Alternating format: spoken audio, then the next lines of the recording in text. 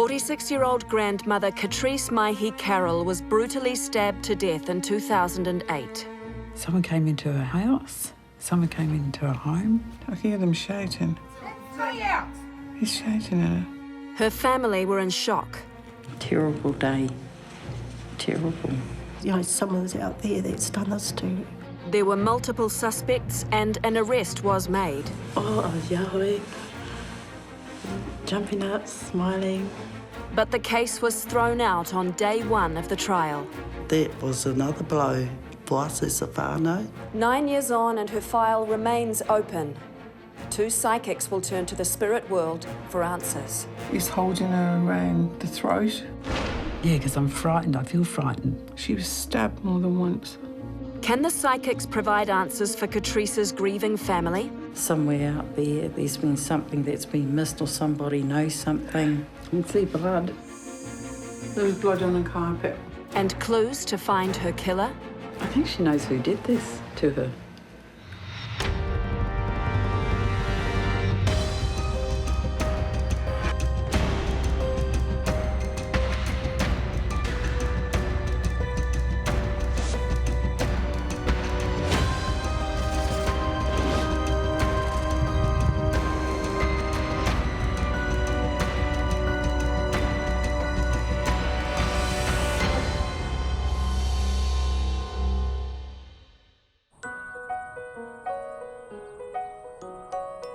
Katrice Carol was born and raised on the outskirts of Napier in the Hawke's Bay. She was the youngest of 7 children to farming parents Arthur and Rebecca Carol. She was a bubbly kid. To me, she was active and always on the go. She was pretty brainy as a kid, so she'd work things out for herself. And coming through primary school, she did really well. She loved doing puzzles and stuff when she was a kid. We basically found our own things to do out and play, and cowboys and Indians was the favourite one, climbing trees. Went to the marae a lot, but we were always having fun. Being the baby of the family meant Katrice was the apple of her dad's eye. Everybody's got a bestie. Well, it was Katrice and Dad. So they did. They had a very special relationship. She was always very patient with Dad. Mum used to get impatient with him, but not Katrice. You know, she might give him the old back lip or back chat as she's turning away going to do something for him. But she loved Dad. With her quick mind, Katrice looked forward to the challenges of high school. But one life-changing event at age 15 would alter things forever. She actually went to answer the phone at my parents' home. She was living there at the time, Mum and Dad. And then she started talking like mumbling, and we couldn't understand what she was saying. And then she just collapsed. Katrice was soon diagnosed with epilepsy. She was put on daily medication, but would continue to suffer from seizures. Yeah, I knew that she was having one, or she'd start talking like I'd be asking her something and she'd be saying hello, hello, and headaches. She used to get a headache just before it started. It did have an impact on her schooling, and Mum and Dad were part of that. If she wasn't feeling well, they didn't want to send her because if anything happened to her like that, they didn't want that to happen. But she had a tendency to do her own self-learning. She'd do reading, you know, she'd read books, or she'll try and do courses and stuff like that that she could do from home, but she still kept up with trying to keep herself educated and upskilled. Despite her condition, Katrice wanted a normal life. At 18, she married Don Poi Poi. She met Don at a young age and fell in love with him, and they got married. Yeah, really beautiful. It was a lovely day and a lovely whole weekend, because you know what they're like, we're at the marae and everyone stayed at the marae afterwards. I just remember us all being happy when she got married. She looked beautiful. Katrice soon fell pregnant and gave birth to twin girls, Nikki and Louine. Growing up with my mum, she was real hard on us girls. Dad, on the other hand, he was the quiet one, I guess. But me and Mum was the main boss. Always had rules there. You know, I think just ways to Clean up, make your bed. yeah, looking after us. She loved hugs. She loved saying to us girls, love you. She always used to say, love you lots. She's always come out on top with us girls. Everyone sort of rounded beside her and helped her with the twins when they were growing up and stuff. But she was a really good mum. And then she had Carla and Leela after that. As if raising 4 young children wasn't enough, Katrice took on the responsibility of one more. She actually helped my mum because I had my second eldest boy and I passed him to my mum to look after and bring up, and Auntie Katrice always helped mum babysit him with Nan and Kuro and brought him up. So he more or less became like a son to her. With Don working hard to provide for his family, Katrice was left to raise the kids mostly by herself. Her frequent seizures were a constant concern. As she did get older, there were a number of occasions, maybe 2 occasions, that she had 2 really big ones. And by big, I mean that she ended up in hospital. And they were so big that she was unconscious for longer than what she should be. The seizures just got longer and stronger. Katrice would continue to battle with crippling pain. As her children grew older, they too had children of their own, and after 14 years of marriage, Katrice felt she needed a change. Separating from Don in 2004, she moved into a small unit on Cottrell Crescent in Marae Nui. The area didn't have a lot going for it. People were poor, jobs were scarce, and many of the locals were either in gangs or new gang members. Drug crimes and burglaries were commonplace, and Katrice's family worried for her safety. At first, I wasn't happy that she was going to live alone, and I sort of felt if anything happened to her, and she was on her own, especially if she had a seizure. There was always the worry was her sickness.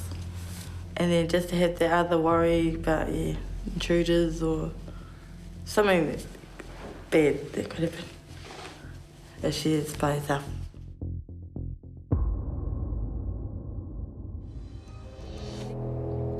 Having recently separated from her husband of 14 years, Katrice Maihi Carol moved into a Cottrell Crescent flat in 2004, looking for a fresh start. She had her own space. She could have the mokos and the kids went to visit her and stuff. The house was always spotless. You couldn't fault it. And she would fold everything up. Everything was hung up and ironed and, it was all sort of in its right place. The lounge was always tidy and neat, and even the kitchen was never in dishes anyway. Having Dad come around would be a highlight for Katrice. He'd swing by the liquor shop and pick up some tui cans or something for the 2 of them.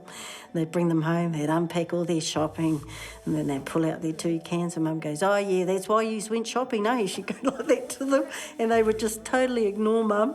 And Mum would go, "God, you too," she'd go like that to them, she'd never go at them, but they'd just totally ignore her, and they'd carry on kicking back. She used to get on with everybody, really, and she always took them at face value. Katrice was perhaps too trusting, but her openness couldn't be contained as she welcomed everyone into her home, especially her grandchildren, whom she loved having over. The girls would always be looking for babysitter if they wanted to go out, and it was always Mum. Mum, can you look after, the mokos? She used to make matinee jackets and booties and things like that, for your tamariki, for her mokopuna. I guess she was like most grandparents, except that she wasn't a well person in the sense that she had a disability. She used to sell Avon, because it was something she could do while she was at home, and it gave her something to do and focus on. But she did. She used to sell Avon. Through Avon, Katrice won a midnight blue kimono, an item she treasured. This kimono would be found in a crumpled heap next to her lifeless body. Katrice kept in regular contact with her family, talking on the phone with them every day. On the morning of Saturday, the 19th of January 2008, Katrice called her sister, Joy Nella. She was ringing me up and she'd completed her jigsaw puzzle or something. And I thought, oh gosh, she's ringing me about a damn jigsaw puzzle. I've got to get up at 8 o'clock, I've got to go, you know. And I reminded her about that I was going away. She goes, oh, okay, sis, love you. I said, yeah, love you, bye. That was the last time Joy Nella spoke to her sister. For the rest of the Saturday, Katrice's movements are unknown, but she did call her daughter, saying she expected a male visitor that night. On Monday morning, Katrice's daughter Carla called Joy Nella, worried she hadn't heard from her mum in over 2 days. Everyone feared she'd had an epileptic fit and needed help. Mum rang Marilyn, our older sister, to go around and see if she was all right or to see if she was at home. So Marilyn went over to the flat, and when she got there, the back door was locked. Katrice! And when she tried the front door, that also was locked, and she really shook it, but it was locked.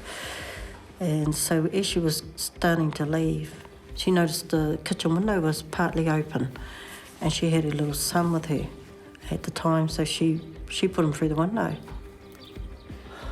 He got as far as the kitchen door from the sink, and she said, Well, is she in there? and then he said, yeah, she's here, but she's got no clothes on. And then as soon as he said those words, she just said, come here now. She pulled him out the window, and then she went down to Papa's, which was 10 minutes up the road. My husband went to the front door to try and open the door, and he grabbed his jacket and then put that on the door handle and turned the door handle, and it opened. And I was standing behind him, and I looked in and I saw my sister, and I told my husband, don't go in. I got to the flat, and Marilyn was there and Papa was there, and they said I couldn't go in, that she was in there. And I said, well, you know, does she need help? And they said, well, no, you know, we think she's passed away. And I said, well, why hasn't anyone checked? An ambulance arrived, and the ambulance officer just went to the door and just took a glance. A couple of seconds he came out and he said, I'm just going to call the police. and that was how we found my sister. She was found with 6 stab wounds.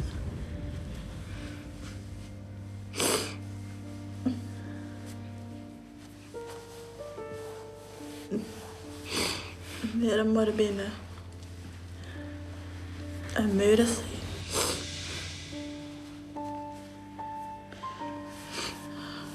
And all my family just dropped. And us girls just screamed.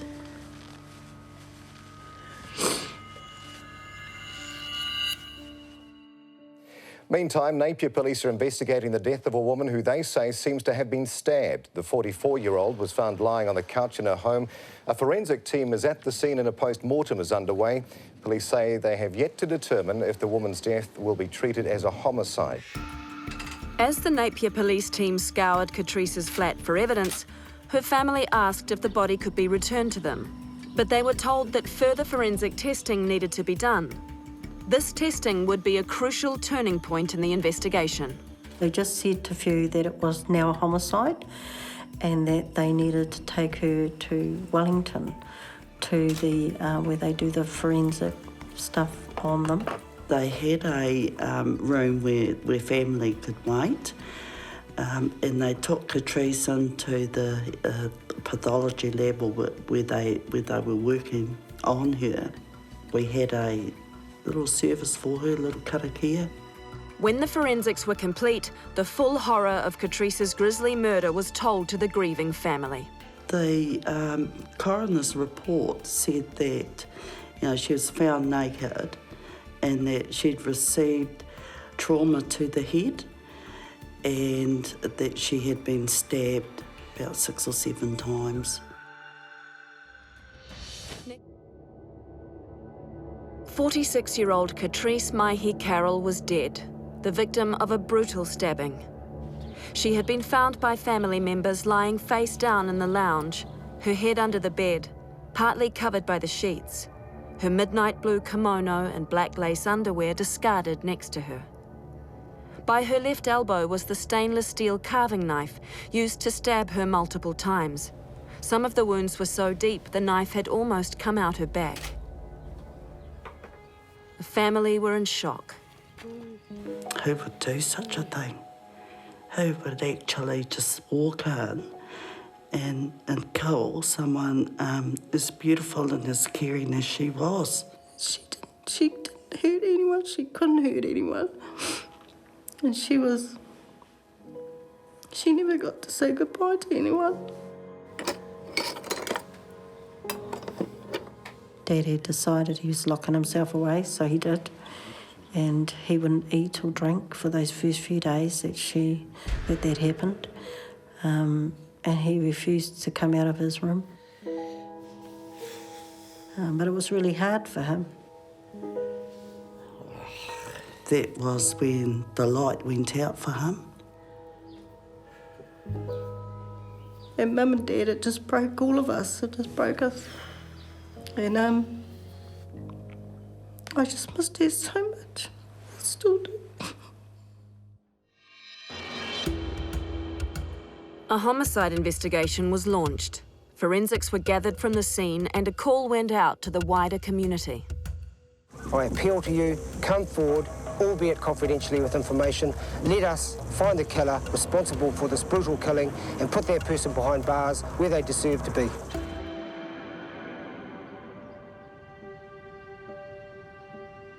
As police continued the hunt for Katrice's killer, she was taken to Matahiwi Marae in Hastings to be laid to rest.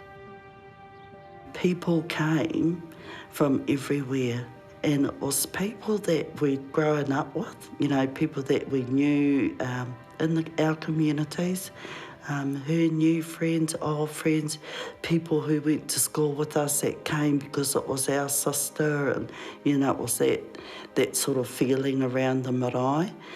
She had a beautiful burial service, and that was the day that I saw little Ihaya.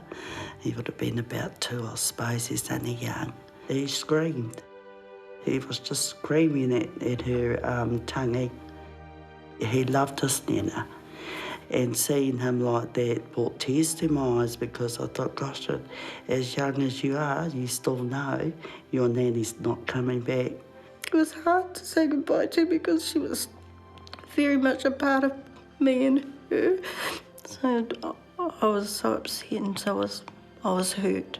I was hurt because they'd taken her. And she was like a rock to me, and then she was gone.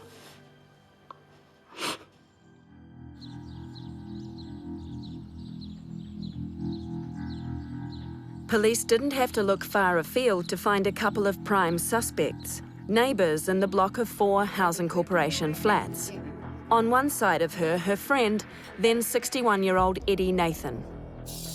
Eddie was related on our mother's side. He used to drive the van, the courtesy van, for the Meani Hotel. So whenever she wanted anything, you know, she'd ask him if he'd pick up stuff for her, and if he was going that way or something, and so he would. He did have a crush on her, but she didn't want anything to do with him. Even though he was related to Mum, and she told my mum, anything to do with him. And Mum says, yeah, but you get him to pick stuff up for you. She said, well, we've got a van, you know, and he goes that way. But no, she didn't want anything to do with him. Police put pressure on Eddie, convinced he had something to do with it. It kept on me every week. I was getting sick of it. I said, if you're going to frame me, you might as well go and chuck me inside now. Did you kill Katrice? No. I haven't got the guts to do it. Nathan's 39-year-old son Michael was also a suspect. A heavily tattooed former mongrel mob associate, Michael was on home detention for burglary.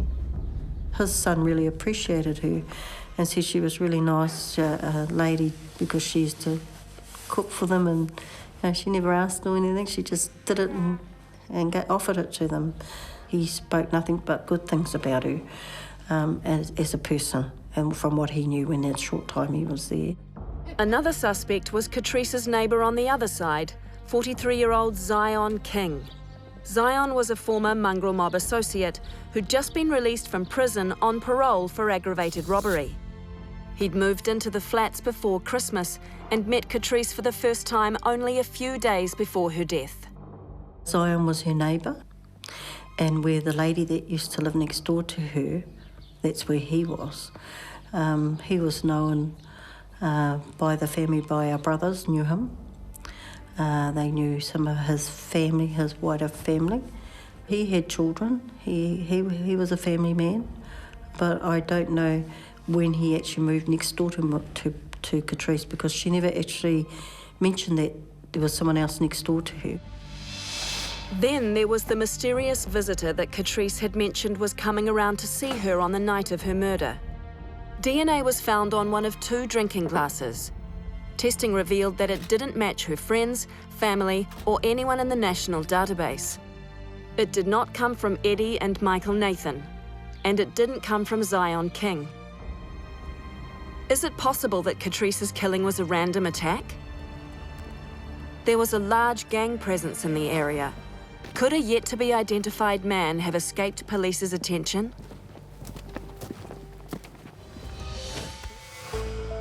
What happened on the night of Katrice's death is unknown. She had told her daughter she was expecting a male visitor that evening.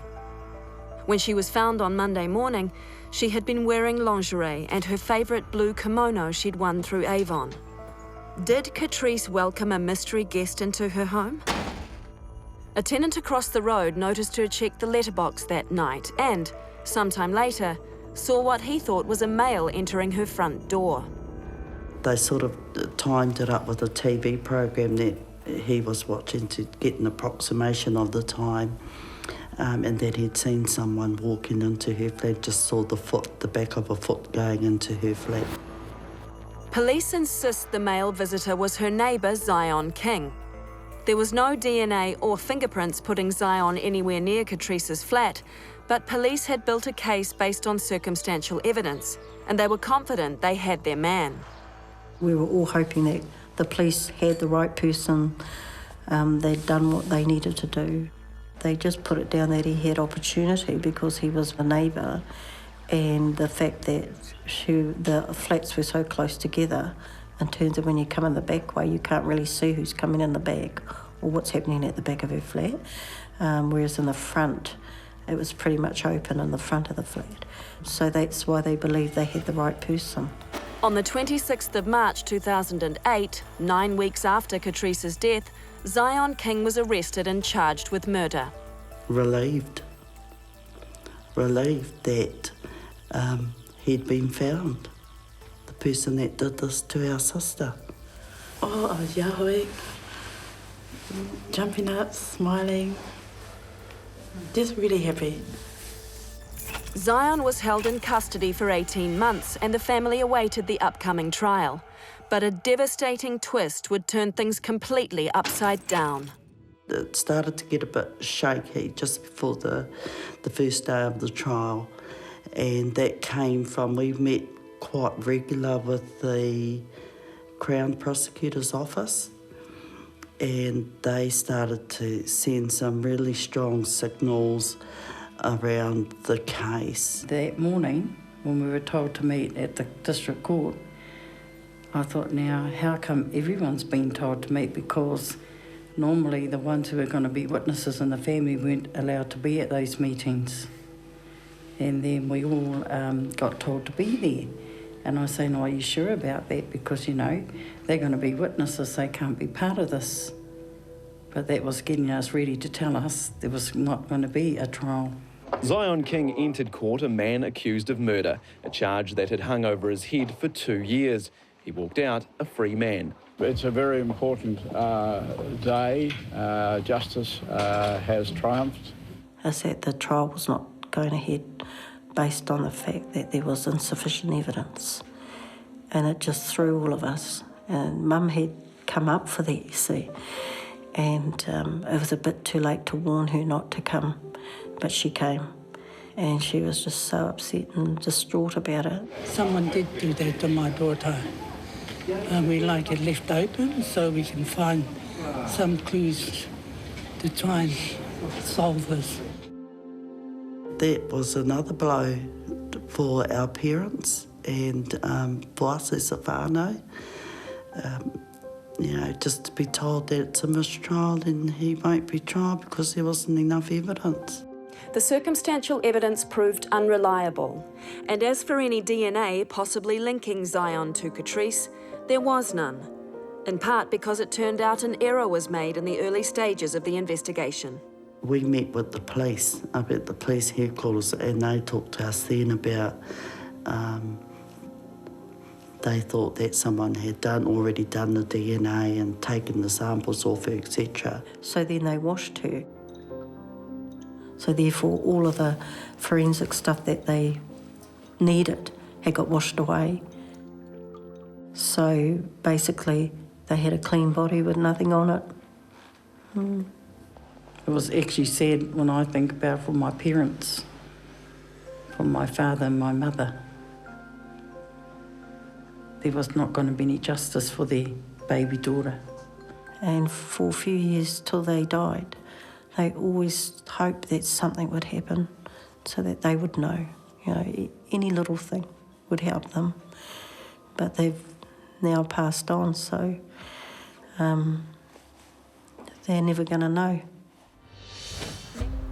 Katrice Maihi Carol was brutally stabbed to death inside her Napier home in 2008.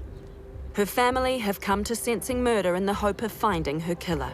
It would be good to know that from this program that if we do get new information, that it eventually leads to an arrest of the person that did that to her. Somewhere out there, there's been something that's been missed or somebody knows something, and as time's gone on, they might feel it's time to come forward and say something. Just closure, justice, and that my mum can rest properly. Sensing Murder has brought together two of Australasia's top psychics, Deb Webber and Sue Nicholson.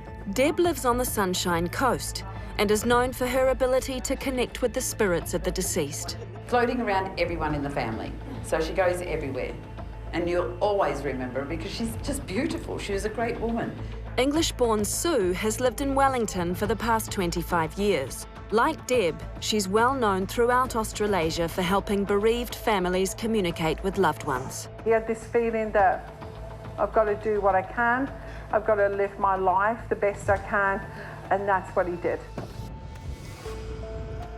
Upon their arrival in Napier, Sue and Deb are directed to a motel where the readings will be filmed.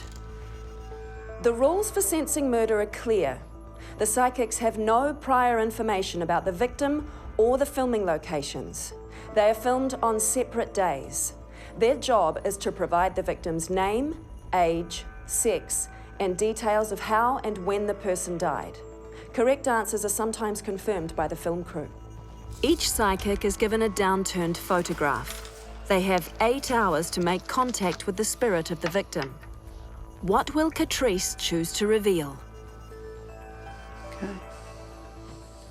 I feel more of a gentle energy, of a female energy, a gentle soul. I think it's a female. She feels young, like, it's really bizarre. I keep getting an adult, but she feels very young.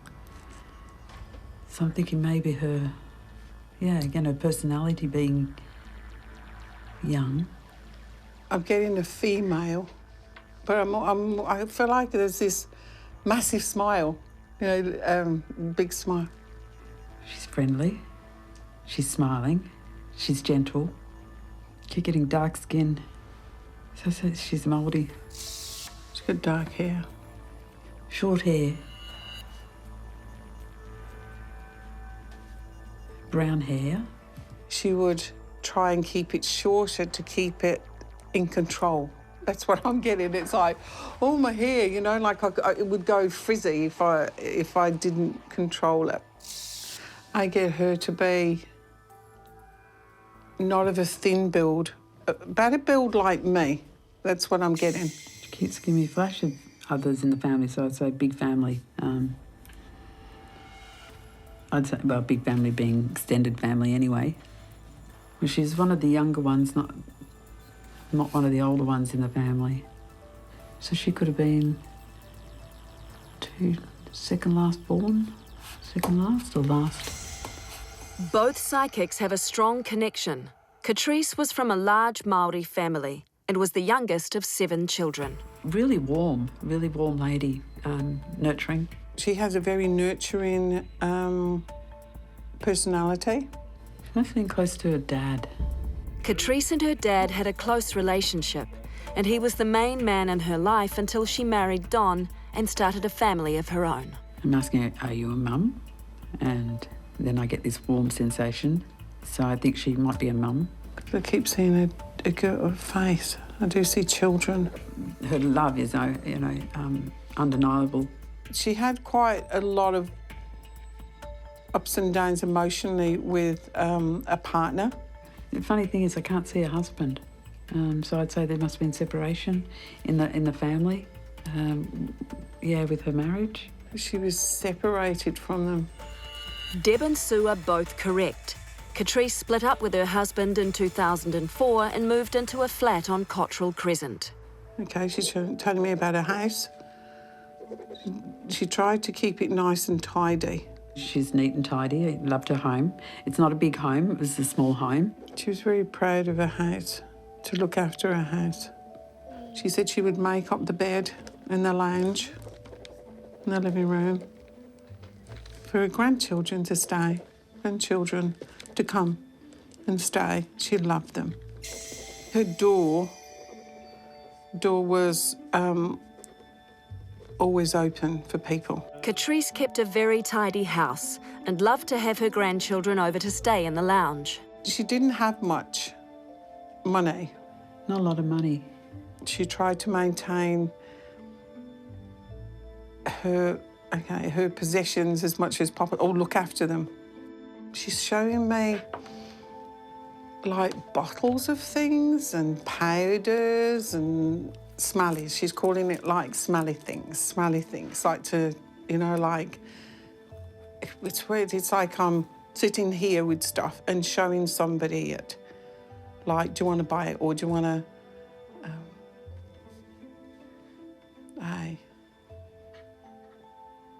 She must have sold Avon or something because I'm seeing, and she's laughing. She said, oh, yeah, I did. Sue is correct. Katrice sold Avon from her home and couldn't work a full-time job due to her illness. I keep getting really nervous, like shaking for some reason. My heart's just feels like it's going to fall out of my chest. The other thing I find is hard to breathe. I feel she had, she's not good health with her breathing and her chest. She had medication or something. She needs medication, or she was supposed to have medication. She might have been on medication or something. It's like she didn't look after herself very well.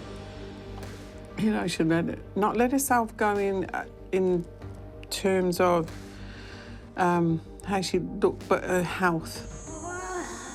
Did she get headaches or something? Maybe she got headaches. But her nerves again. I'm going back into the nervousness again. She keeps shaking. Both psychics are correct. Katrice suffered from epilepsy and crippling headaches and was on daily medication. But she didn't let her illness stop her from kicking back and enjoying herself. I think she thinks it's lunchtime. She wants to eat. She's going in the kitchen. Okay, she's in the kitchen again. She's showing me food. So I think she liked her food. I think she would have drunk to tell you the truth. She did like to have a drink. She'd show me a drink. I think she did like a drink. I do. Yep. She didn't like fancy drinks. Like she'd have she'd have a beer. She did have parties in the house. People come in. It's weird, but there seems to be more males than females that would be around her. People she knew would bring other people into the house that she didn't know. Gang members. So I feel there was an association or something to do with people knowing them, but she wasn't part of it, but she did know somebody that was in it. Don't cross them, you know, just don't cross them. But I actually feel like a fear of a male. Sensing murder psychics Deb Webber and Sue Nicholson are contacting the spirit of Katrice Carol, who was murdered in her Napier flat in 2008. Deb decides to keep the photograph face down, but Sue feels that seeing Katrice will give her a stronger connection. Okay, I'm gonna have a look. Yeah, her hair's like that, isn't it? Like a wiry, yeah, it was short. And she didn't like her teeth for some reason. That's why I said in her note, she didn't like, she's laughing at me. She said, now you can see who I am. I saw you anyway. Attention now shifts to the night of the murder, starting with the date. So she could be, you know, only in the last 10 years with whatever happened. So we could be looking at 2000 and something even. With this, we could be 2009 or 2008. She likes 8. 2008. Well, she's showing me the month of January for some reason. All of a sudden, she's gone from there and given me January. January. So January. Katrice was murdered in January 2008. It's at night time. Nighttime because it's dark. I'm getting excited about someone visiting me. She's got this fancy nightie on or negligee that or something there that you wouldn't wear every night. Katrice was wearing lingerie that night, and she'd hinted to her daughter that someone special was coming to see her. I somehow feel like things were secret. Like a male coming to visit her, a secret. And it's a male. I keep seeing this male. It's like I have a crush on him or something.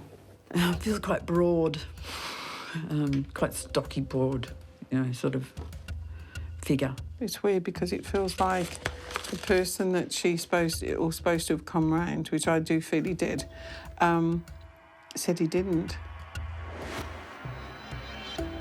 Who was this mystery visitor? And was he the killer? Either way, the psychics pick up on the moment a man came into Katrice's home. Someone came into her house. Someone came into her home and did this. He came straight into the house. Dark skin. She keeps giving me more dark skin. I feel sick under dark skin. I hear them shouting. And I hear her say, I don't know what you're talking about. I don't know what you're talking about. Yeah, because I'm frightened. I feel frightened. He must have something in her face or punched her in the face or something. And the headache. He must have hit her or something too, maybe, because I feel like my headache. My face feels... She might have had some marks on her face. She looked strong, but she wasn't strong. Like, she wasn't strong to fight this person off. She just hasn't got the energy. Like, I don't have a lot of... She's not a strong woman. He's holding her around the throat. Strangled. Asphyxiated. At one stage, she may have passed out. I feel like he forced his way onto her and... Did he have the knife then? Blood. Trying to show me blood. I see blood over here, so I feel like I'm seeing a knife. So she was stabbed at home. She was stabbed. And I reckon that's why I can't breathe, the chest. She must have been stabbed in the chest. He's got to have stabbed her in the chest because my chest keeps... It's really painful in this area. Oh, I feel like I just want to collapse, and I think this is the stabbing part of it that I'm picking up on. And she was stabbed more than once. There's pain in my back, which is really unusual. It's down low. Oh, see, that's really stabbing me in the back. That's really weird. I feel like he stabbed her that hard that I felt like he's going to come out my back. You know, like the stabbing in my back. Katrice was stabbed 6 times, and some of the stab wounds were so violent and so deep, She had bruising right through to her back. A couple of days or something before her body was found. It wasn't straight away. She keeps giving me a couple of days, night, day type thing. I don't think months. It feels more like days. She's also, a couple of days, she keeps saying, couple of days, still repeating it to me. Katrice was killed sometime on Saturday night and found on Monday morning, a couple of days after her death. See, what I'm seeing in this house, there's no forced entry, there's no broken windows, there's no breaking a lot, there's no kind of somebody breaking in and doing it, like a robbery or anything like that. I feel like they walked through the door. Sue is right. There were no signs of forced entry. Police believe she must have let her killer in. This was intentional. It was, this person came here with a motive. Yeah, I just feel that there was part of this is sexual as well. It's like a sexual attack. There's something about the person. I think she knew him or she's seen him or something. There's something really, there's something there about that. She knew this person that did this to her. He's not a stranger. He's not a stranger to her. I keep getting like, I should be safe in my home. I should be, and it's not. He wanted to kill her because he knew that he couldn't get away with it then. Okay. So he had to kill her.